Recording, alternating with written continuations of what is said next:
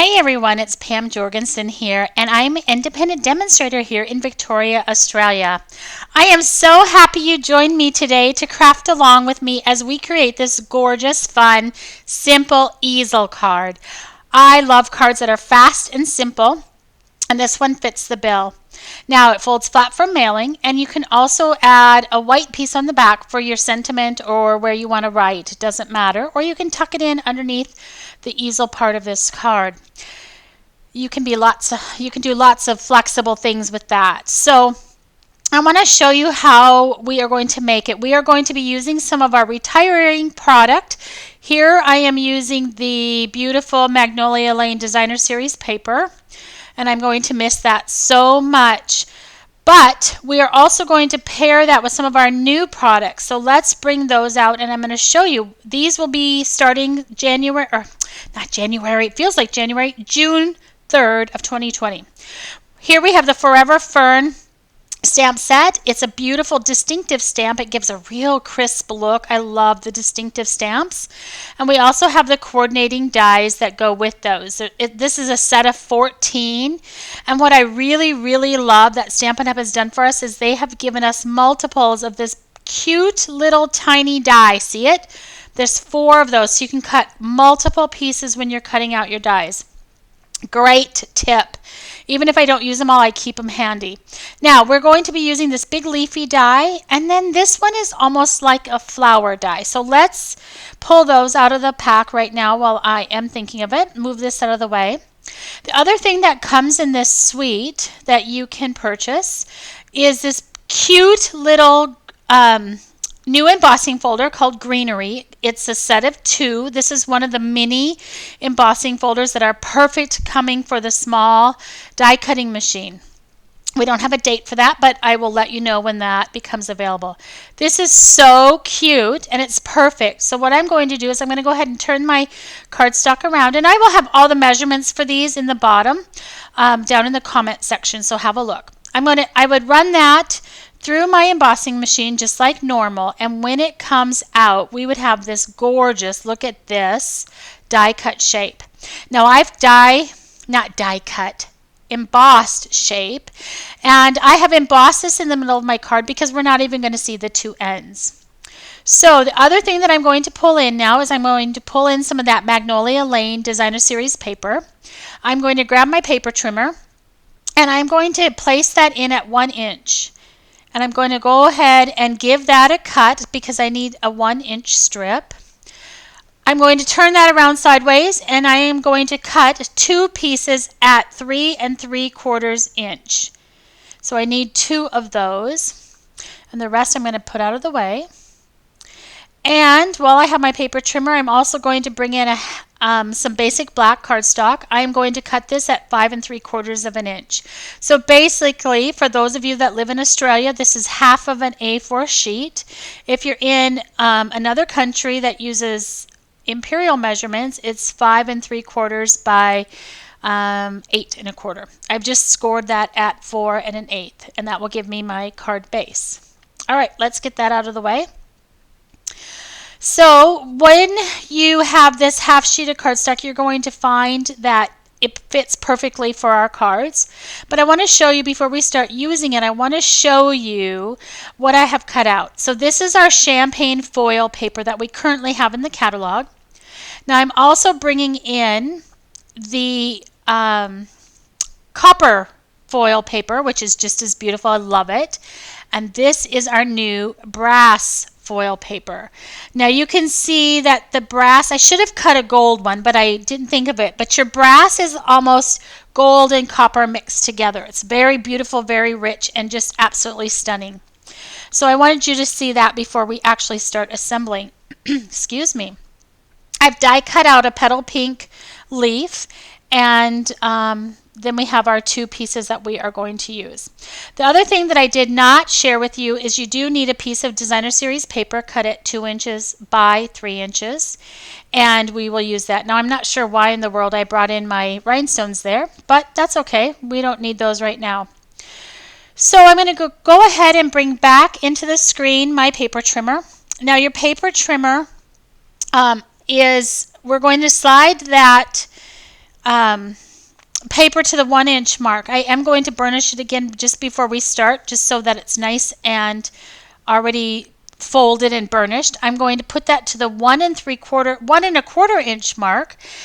I'm going to cut that down to that midpoint where we've scored our card in half, and that's how we get that little flap on the end. I'm going to flip it over, slide it back into the 1 1/4 inch mark, bring my paper trimmer down and cut. And there's the second piece that fits on the sides of our card. Perfect. So I like to burnish these edges going both directions so that it just seems to make a nicer fold when it's all put together. I'm going to go ahead and grab that embossed piece and see how that layers perfectly on your card. Basically, that's just a normal card layer like what you would use on anything. I like to use my multi-purpose glue, but for today's project, I'm just going to quickly grab my snail so that we can move on to the next section. This part isn't really going to be seen much, and that's why I only emboss the middle of that particular piece of the card. Okay, so there we go. There's our first step. Easy peasy. So now I'm going to go back and grab those 2 strips of Designer Series paper, and once again I am going to adhere those down using snail adhesive for today. But if I were doing it in real life, I would go ahead and use my liquid glue, only because then I can position it exactly how I want it, because you have a little bit more wiggle room. But I'm going to go ahead and adhere those down on both sides and get that finished. Once I'm done with that, you can see here that I have the 2 edges that flip up and down. I have the middle that flips up and down, and I'm going to go ahead and burnish that just one more time before I move on to the next step. It just makes that card just a little bit looser, and it will just stand and hold itself much nicer. Alright, so now we're going to make the sentiment for the middle of the card. So you can see here that I had all of my fluffy bits, and what I want to do is I need to have a place to put those. So I'm going to fold those 2 1 1/4 inch pieces back out of the way, and I'm going to slide that middle rectangle out to the 2 1/4 inch mark, moving my, don't cut it, just score it, and that is going to give us then that little easel portion of our card. See that? How cute is that? Once again, I'm going to burnish that on both sides so that it sits really nice. And that's our little easel piece. Here comes our 2-inch by 3-inch piece of Designer Series paper. I'm going to go ahead and adhere that down to the lower part of my card that's going to show. You could add a piece to the back if you wanted to. I don't worry about it. Okay, so let's decorate with our embellishment. Now I like to grab both my elements, and I'm going to go ahead and bring in my paper stapler. Now I love this stapler. I know we don't have it anymore, but any stapler will work. I just find that when you have, when you can staple those 2 bits together, it just helps a lot. I've gone ahead and used one of my layering circle dies. I think it was the stitch circle actually, and I've cut out one of the Share Sunshine PDF words that are available to the second. And here I'm using the 2-inch circle punch with petal pink, and I am just stapling my elements onto that. Because those pieces will be put down onto my card, I like to use the stapler. It's just so much faster and easier. Here I'm using the Magnolia Lane the retiring ribbon. I'm going to attach that on, give it a little bit of haircut with my scissors, and once again I'm going to grab that stapler and go ahead and staple that right onto that 2-inch circle punched shape. One of the things that you will notice is that when I've decided where I want that shape to go, I'm going to go ahead and use the liquid glue to put that down. The reason I'm using that liquid glue is that easel piece will have quite a bit of movement and action, and I don't want that element to fall off. So here you see I'm using my liquid glue, and I'll be holding that down onto that front piece of my card until it adheres.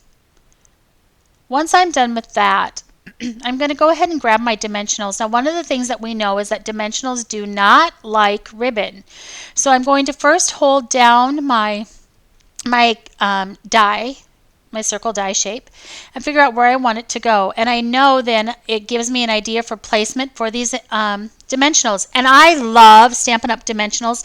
If you don't have these, you want them because they give you a nice flat edge that you can get you really, really, really close to the edges of your ribbon or your project. So now I'll be able to take that die cut shape and just put that right on top, easy peasy. And I'll give that a little bit of a push. There we go. And it's down and ready to go. Love it. I just love it. I love those colors together. That blush, that petal pink and that black just looks so nice. Now I'm going to grab my champagne rhinestones and I'm going to go ahead and just put a couple on there for embellishments just to give it a little bit of bling. Doesn't need a whole lot, but just a little. And while I have these rhinestones out, we are going to add a rhinestone to hold our easel back. Now you could have put your sentiment down in the middle, popped up, and that would hold your easel back, and then that would give you more space to put some design elements in the top section right there. But I'm just going to use the biggest gem to hold that down, and it works perfectly. So there we go. There's our cute, lovely little stand-up, fold-up card. So now we just need to adhere down those little edgy pieces. I like to use my liquid glue for this. Now actually what I was thinking of, I usually glue these down before I put my embellishments on the front, but today I did it a little bit different. But I do like to use the glue, and the reasoning is that I will be lining up those edges flush with the sides and the bottom of the card. And if you're using snail or anything else, it's hard to, if you don't have it totally flat and totally lined up, it's hard to shift around. So make sure you use your glue on that. And there we have it. We have our cute, adorable, easy easel card that any person can make and anyone will appreciate it. I hope you had a wonderful day, and make sure you subscribe so that you can follow along with any of my projects that I post online. I've gone ahead in here and just added some white on the back with the Scrapbook Designer Series paper and one of our cutout flowers. All right, you guys, thanks for joining. I will hopefully see you next week. Have a great crafting day.